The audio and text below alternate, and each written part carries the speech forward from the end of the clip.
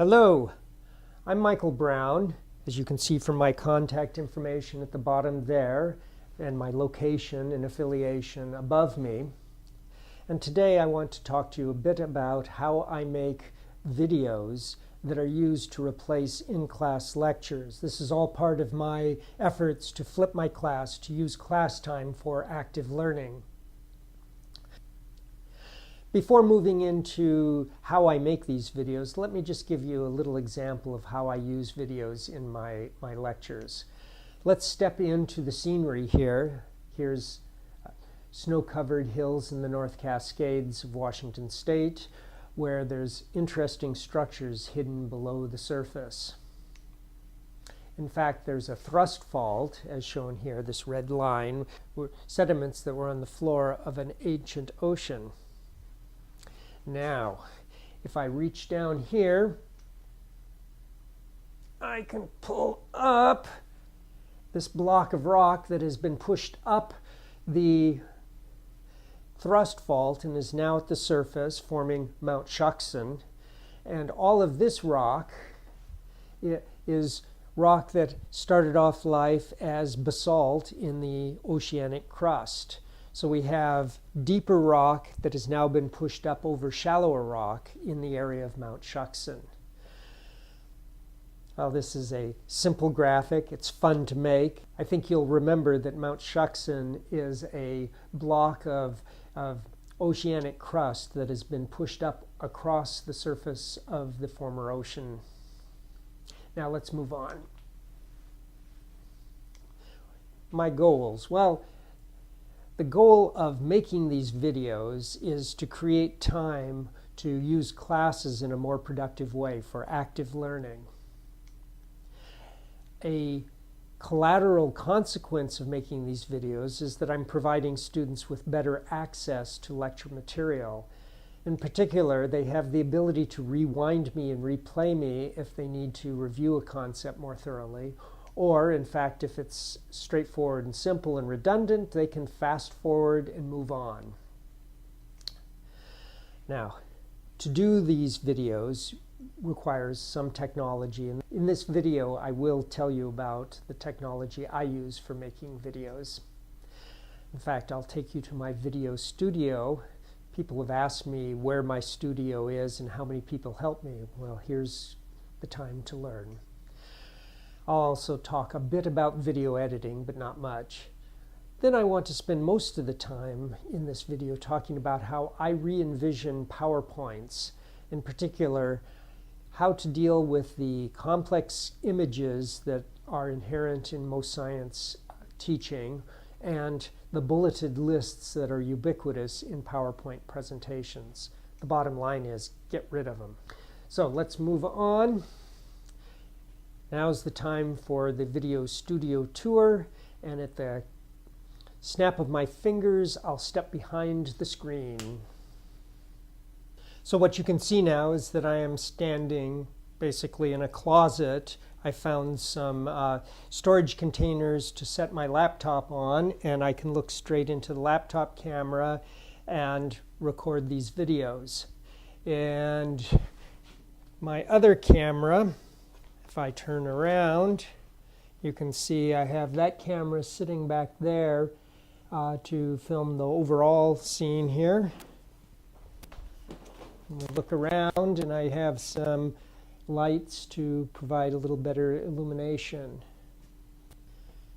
Okay, we're back in front of the screen again, and we're ready to step into video land with a snap of my fingers. So let's move on, and let me give you a quick overview of some of the hardware I use for making these videos.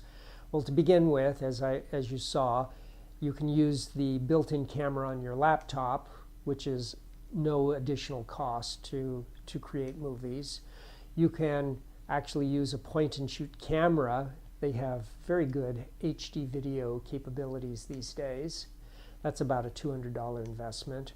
Or a consumer-grade video camera can be purchased at a discount store from between $400 and $800.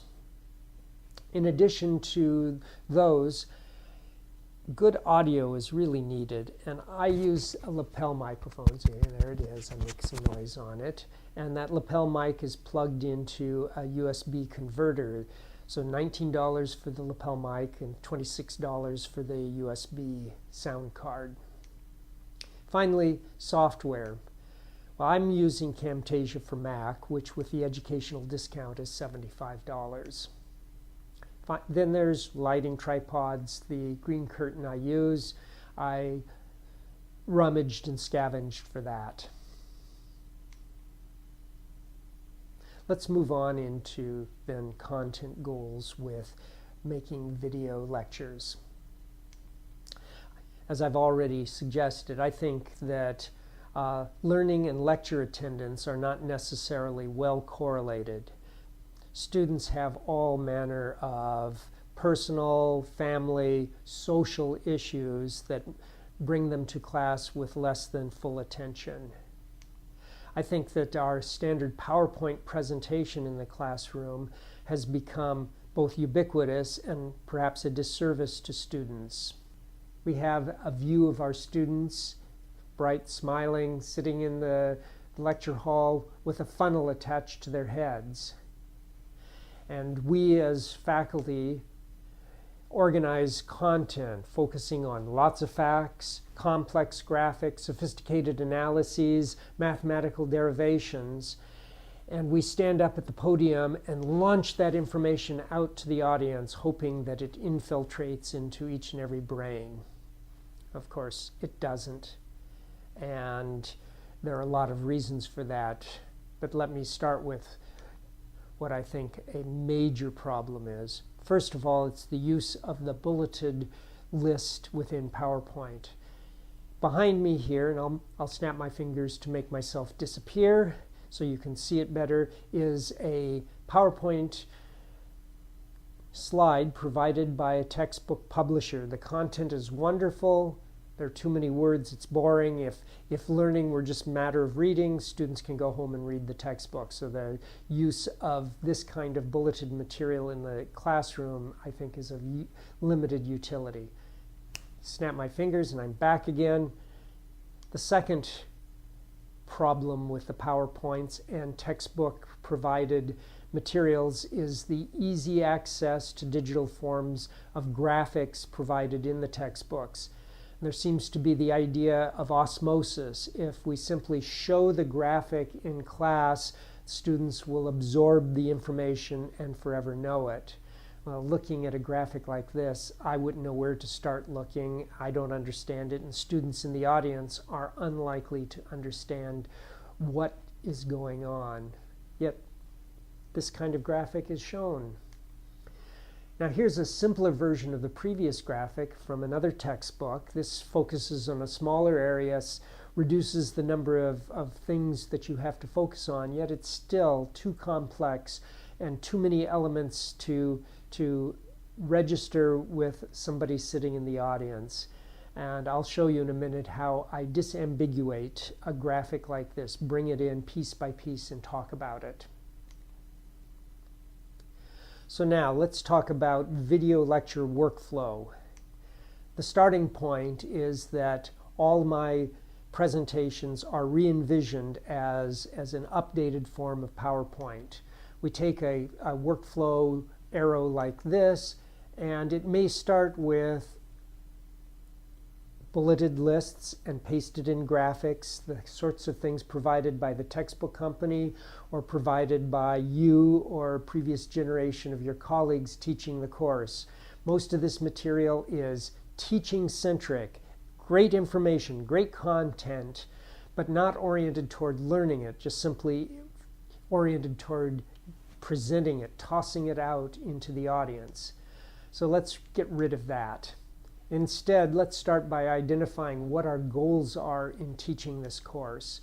From those goals, use each slide as an assertion, and following the assertion, provide the supporting information.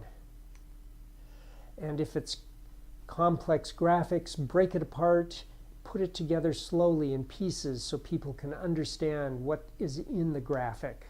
finally add animations to give life to the video.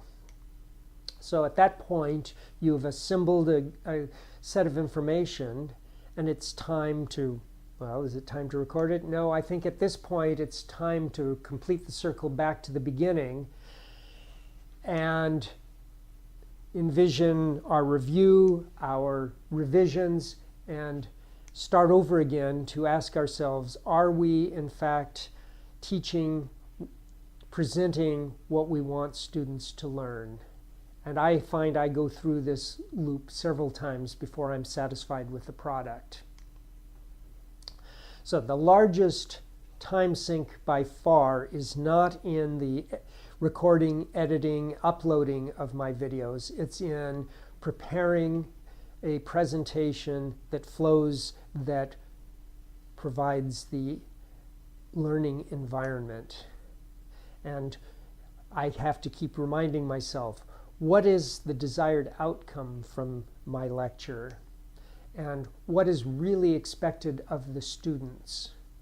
All of this is a learning-centric approach. We're focusing on what the students are going to learn, not what it is I know and I want to teach. It's only after this process has been completed that we can step in and record and edit our product. And the recording and editing, I find, takes about 3 hours for every hour of finished product. That 3 hours includes my setup time, my rehearsal time, my recording time, my editing time, and finally the upload.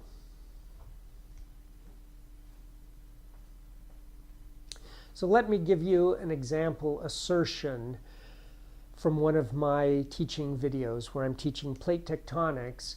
I have to have students learn the idea that Earth's mantle is convecting. Well, we're used to convection in a lava lamp. We're used to convection in the Earth's atmosphere as water vapor rises and falls. We're used to convection in the pot on the stove that is overturning as it boils. But convection within the solid mantle of the Earth is a harder concept. So let me show you a snippet of video, speeded up 10 times. We're not going to go through all the steps now, but you'll see basically the workflow that I've put into the video. And you'll see that, in fact, we make the assertion. I have a backdrop of a lava lamp with things rising and falling in convective motion. I bring in the different elements of what's needed in convection, the buoyancy forces, the sinking forces, the heat in at the bottom and leaving at the top. And finally, it brings me to the point of comparing viscous forces to buoyancy forces, which that ratio determines whether a system convects. The next slide after this then analyzes the ratio of buoyancy to viscosity and shows that in fact the mantle simply has to convect. Now for graphics disambiguation, my starting point on this is to imagine I'm standing in front of a blank blackboard with a piece of chalk in my hand, and I want to explain a complicated set of interactions between things. And the starting point for that is, first of all, to identify what you want to do. And in this case, I want to use assemblages of minerals to determine conditions under which they formed, conditions of pressure and temperature. So the plot from the textbook looks like this. Way too much information, too many things to decode at once. Instead, let's look at this in the pace of drawing on the blackboard. The first step is to draw in an x-axis, to label the x-axis, to talk about what the x-axis has, in this case temperature. Add a y-axis in pressure with range from 0 to 1 in pressure units, and then to make that real by putting in that a pressure unit of 1 corresponds to a depth of about 35 kilometers in the Earth. On this blank graph, then, I can add more information. First of all, a set of phase equilibrium lines between three minerals. They are kyanite, andalusite, and sillimanite. The red lines then representing the pressure temperature conditions under which they transform from one phase into the other phase. From this information, then I can proceed and add yet more information, another reaction line between a different, before I do that, I have a point at which all the lines come together, which holds special significance. Then I add another line representing another reaction, and again, the crossings of the lines introduce new special points in the thermodynamic space of this drawing. From this point, you see I'm walking through point by point, making sure we understand each element added to the graph. I have to review some thermodynamics, which I'm just not going to do here, and then introduce a new graphic coding of assemblages, instability ranges associated with their chemistry. We have to explain what that is, and then we walk through other features of this, for instance, determining that those four minerals can't be in equilibrium according to the rules of thermodynamics, and add more elements on here. And finally, identify a green region in which three minerals, S, M, and Q, can coexist, and if they coexist, then the pressure and temperature have to lie within the bounds represented by that green area. So we have taken that complex graphic and reduced it to its pieces and reassembled it, talking about each in turn. I think that gives students a chance to understand. So finally, in summary, we need classroom time for active learning, to actually look at those graphs, to work examples, and to teach it to student as well as faculty to student.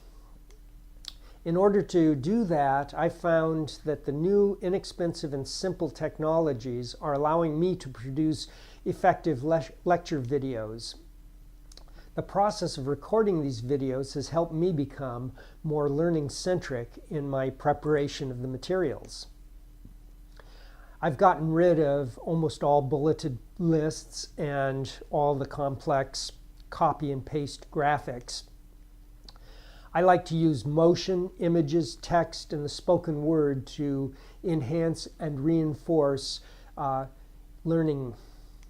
And finally, there's an important element of pacing in any presentation, and the old-fashioned chalkboard talk is my model in bringing together graphics in a lecture video. That brings to an end this video. I hope it contains some elements that are of interest and use to you. My contact information is across the top.